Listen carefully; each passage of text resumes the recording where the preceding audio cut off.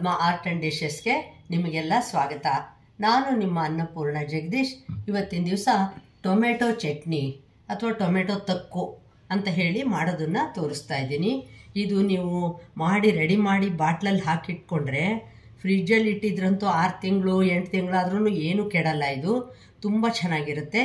ನೋಡಿ, ಇದಕ್ಕೆ ಬೇಕಾಗಿರೋದು ನಾನು 1.5 ಸ್ಪೂನ್ನಷ್ಟು ಮೆಂತ್ಯ, 1 ಸ್ಪೂನು ಸಾಸಿವೆ, ಇಂಗು, ಹುಣಸೆಹಣ್ಣು, ಅರಿಶಿನ, ಉಪ್ಪು, ಒಣಮೆಣಸಿನ್ಕಾಯಿ, ಟೊಮೆಟೊ ಇಷ್ಟನ್ನು ಇಟ್ಕೊಂಡಿದ್ದೀನಿ.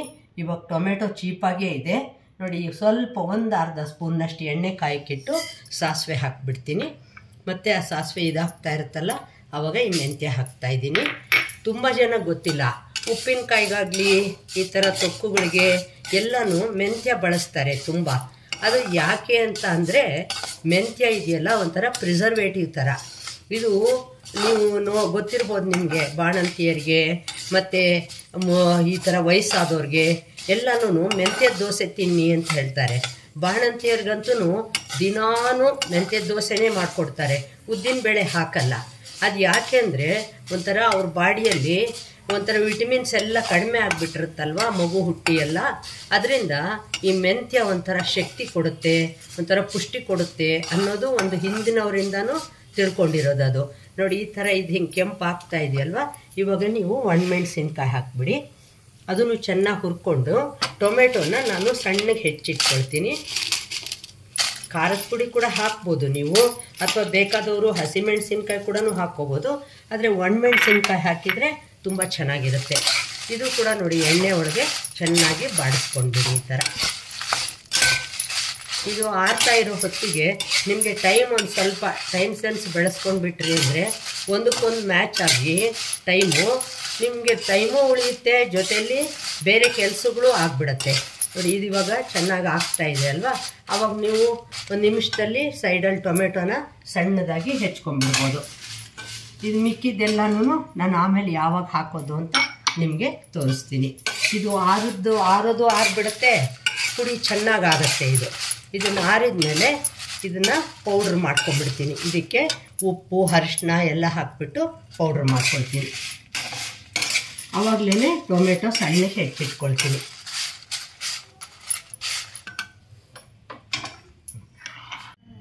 ಆವಾಗಲೇ ಹುರ್ಕೊಂಡಿದ್ನಲ್ವ, ಅದನ್ನು ನೋಡಿ ಯಾವ ಥರ ನೀಟಾಗಿ ಪುಡಿ ಮಾಡಿ ಇಟ್ಕೊಂಡ್ಬಿಟ್ಟಿದ್ದೀನಿ. ಅದಕ್ಕೆ ಉಪ್ಪು ಹಾಕಿದ್ದೀನಿ ಅಷ್ಟೇ. ಉಪ್ಪು ಇಟ್ಕೊಂಡಿದ್ನಲ್ಲ, ಅದಕ್ಕೆ ಹರಳುಪ್ಪು ಇಟ್ಕೊಂಡಿದ್ದೆ. ಅದು ಚೆನ್ನಾಗಿ ಹರಳುಪ್ಪು ಹಾಕೋದ್ರಿಂದ ಮೆಣಸಿನ್ಕಾಯಿ ಚೆನ್ನಾಗಿ ನುಣ್ಣಗೂ ಆಗುತ್ತೆ. ಅದರಿಂದ ಅದ್ರ ಜೊತೆಯಲ್ಲೇ ಅದನ್ನು ಹಾಕ್ಕೊಂಡ್ಬಿಟ್ಟಿದ್ದೀನಿ. ಟೊಮೆಟೊ ನೋಡಿ ಈ ಥರ ಹೆಚ್ಚಿಟ್ಕೊಂಡಿದ್ದೀನಿ.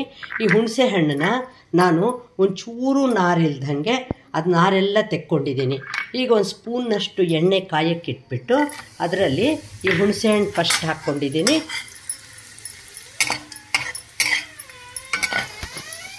ನೋಡಿ, ಹುಣಸೆ ಹಣ್ಣು ಚೆನ್ನಾಗಿ ಇದಾಗ್ತಿದೆಯಲ್ಲ. ಇವಾಗ ಈ ಟೊಮೆಟೊನೂ ಹಾಕ್ಕೊಂಡ್ಬಿಟ್ಟು ನಾನು ಚೆನ್ನಾಗಿ ಫ್ರೈ ಮಾಡ್ಕೊಂಡ್ಬಿಡ್ತೀನಿ. ನೋಡಿ, ಇವಾಗ ನಿಮಗೆ ಗೊತ್ತಾಗುತ್ತೆ ಟೊಮೆಟೊ ಎಷ್ಟು ಚೆನ್ನಾಗಿ ಬೇಯ್ತಾ ಇದೆ ಅನ್ನೋದು. ಅಂದರೆ ಆ ಪಲ್ಪ್ ಇರುತ್ತಲ್ವ ಟೊಮೆಟೊದು, ಅದೆಲ್ಲ ಬಿಟ್ಟು ಸಿಪ್ಪೆಯಾಗಿ ಬೇರೆ ಬರ್ತಾ ಇರಬೇಕು. ಅಷ್ಟು ಚೆನ್ನಾಗಿ ನೀವು ಇದನ್ನು ಒಂಥರ ಬೇಯಿಸ್ಕೊಳ್ಬೇಕು. ಇದನ್ನು ಎಣ್ಣೆಯಲ್ಲಿ ನಾನು ಹಾಕೋದು ತೋರಿಸಿದೆ ಅಲ್ವಾ, ಆ ಥರ ಮಾಡಿ ಇದನ್ನು ಚೆನ್ನಾಗಿ ಬೇಯಿಸ್ಕೊಂಡು ಸ್ವಲ್ಪ ಆರಿದ ಮೇಲೆ ಇದನ್ನು ಮತ್ತೆ ಮಿಕ್ಸಿಯಲ್ಲಿ ಹಾಕಿಟ್ಕೊಳ್ಬೇಕು. ಈಗ ಪೌಡ್ರ್ ಮಾಡಿ ಇಟ್ಕೊಂಡಿದ್ದೀನಲ್ವ, ಅದೇ ಥರ ಅರಿಶಿನ ಮತ್ತು ಇಂಗು ಇಟ್ಕೊಂಡಿದ್ದೀನಿ. ಮಿಕ್ಕಿದ್ದೆಲ್ಲನೂ ಸಾಮಾನುಗಳು ನಾನು ಬಳಸಿಬಿಟ್ಟಿದ್ದೀನಿ. ಈಗ ಇದು ಸ್ವಲ್ಪ ಆರಿದ ಮೇಲೆ ಅದಕ್ಕೆ ಟೈಮ್ ತೊಗೊಳ್ತಾ ಇರಬೇಕು ಅನ್ನೋದು ನಾನು ಹೇಳಿದೆ ಅಲ್ವ ಆವಾಗಲೇ. ಒಂದ್ರ ಹಿಂದೊಂದು ಮಾಡ್ಕೊಳ್ತಾ ಇರ್ಬೋದು. ನೋಡಿ, ಸ್ವಲ್ಪ ಆರಕ್ಕಿಟ್ಬಿಟ್ಟು ಮತ್ತೆ ನೀವು ಒಗ್ಗರಣೆ ಮಾಡಿಕೊಂಡು ಆ ಒಗ್ಗರಣೆಯಲ್ಲಿ ಇಂಗು ಇದೆಲ್ಲ ಹಾಕ್ಕೊಂಡು ರೆಡಿ ಇಟ್ಕೊಂಡು ಇದು ರುಬ್ಬಿರೋದನ್ನು ಕೂಡ ನೀವು ಹಾಕ್ಕೊಂಡು ಬಿಡ್ಬೋದು. ಅದನ್ನು ನಾನು ನಿಮಗೆ ತೋರಿಸ್ತೀನಿ. ನೋಡಿ, ಈ ಥರ ನಾನು ಟೊಮೆಟೊನ ಚೆನ್ನಾಗಿ ಬೇಯಿಸ್ಕೊಂಡಿದ್ನಲ್ವ, ಅದನ್ನು ಮಿಕ್ಸರ್ಗೆ ಹಾಕ್ಬಿಟ್ಟು ನಾನು ನುಣ್ಣಗೆ ರುಬ್ಕೊಂಡ್ಬಿಟ್ಟಿದ್ದೀನಿ. ಇದನ್ನು ನಿಮ್ಗೆ ಮೊದಲೇ ಹೇಳಿದ್ದೀನಿ, ಟೊಮೆಟೊ ಚಟ್ನಿ ಅಥವಾ ತೊಕ್ಕು ಯಾವ ಥರ ಆದ್ರೂ ನೋಡಿ, ಎಣ್ಣೆ ಇಟ್ಟು ಅದಕ್ಕೆ ಸಾಸಿವೆ ಹಾಕಿದ್ದೀನಿ ಮತ್ತು ಹಿಂಗೆ ಹಾಕ್ತಾಯಿದ್ದೀನಿ.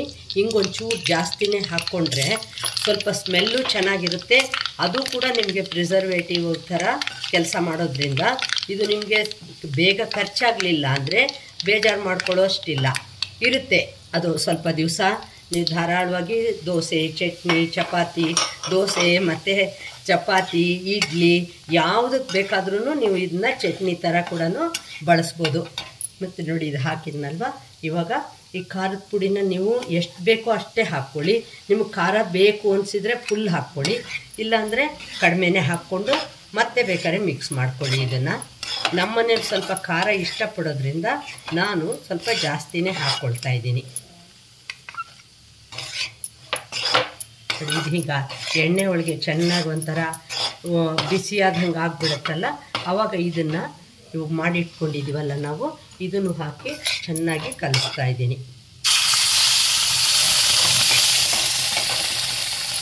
ಇದು ಚೆನ್ನಾಗಿ ಮಿಕ್ಸ್ ಆಗಿ ಅದು ಒಂಥರ ಹದವಾಗಿ ಗೊತ್ತಾಗುತ್ತೆ ನಿಮಗೆ, ಎಣ್ಣೆ ಇದಾಗತ್ತಲ್ವ, ಅಲ್ಲಿವರೆಗೂ ಇದನ್ನು ಚೆನ್ನಾಗಿ ಹೀಗೆ ಫ್ರೈ ಮಾಡಿಕೊಂಡು ಆಮೇಲೆ ಆಫ್ ಮಾಡಿ. ಇದನ್ನು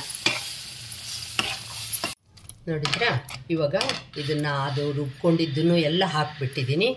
ಎಣ್ಣೆ ಬೇಕಾದರೆ ನೀವು ಇನ್ನೂ ಬೇಕಾದರೂ ಜಾಸ್ತಿ ಮೇಲೆ ಎಣ್ಣೆ ಕೂಡ ಹಾಕಿ ಕಲಿಸ್ಕೋಬೋದು. ಇಲ್ಲ ಇದೇ ನೋಡಿ, ಇವಾಗ ಒಂದು ಚೂರು ಎಣ್ಣೆ ಥರ ಬಿಡ್ತಾ ಬರುತ್ತೆ.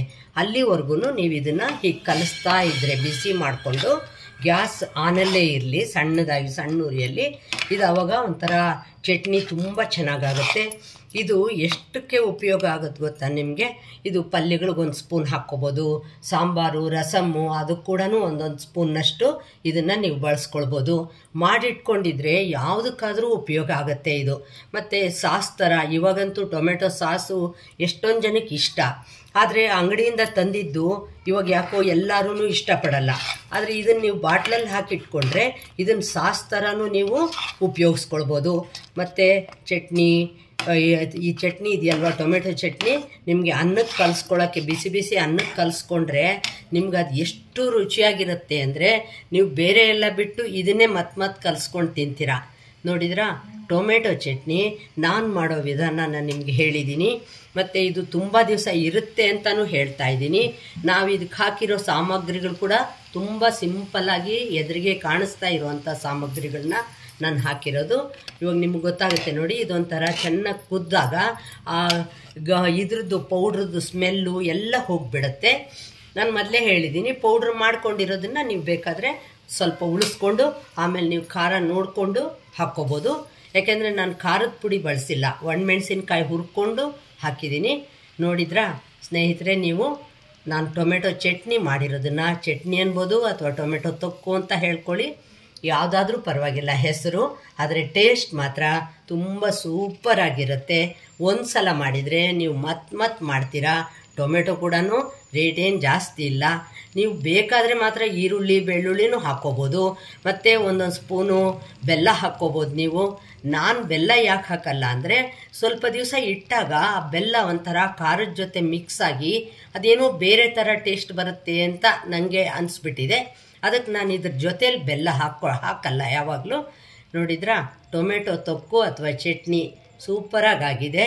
ಇನ್ನೂ ತನಕ ನನ್ನ ಚಾನಲ್ಗೆ ಸಬ್ಸ್ಕ್ರೈಬ್ ಮಾಡ್ಕೊಳ್ಳದೆ ಹೋದರೆ ಸಬ್ಸ್ಕ್ರೈಬ್ ಮಾಡಿಕೊಂಡು ಲೈಕ್, ಶೇರ್, ಕಾಮೆಂಟ್ ಮಾಡೋದನ್ನು ಮರಿಬೇಡಿ. ಇದೇ ವಿಡಿಯೋನ ನೀವು ಇನ್ಸ್ಟಾಗ್ರಾಮ್, ಫೇಸ್ಬುಕ್ಕಲ್ಲೂ ಫಾಲೋ ಮಾಡಿ ನೋಡ್ಬೋದು. ಬರಲಾ ಫ್ರೆಂಡ್ಸ್?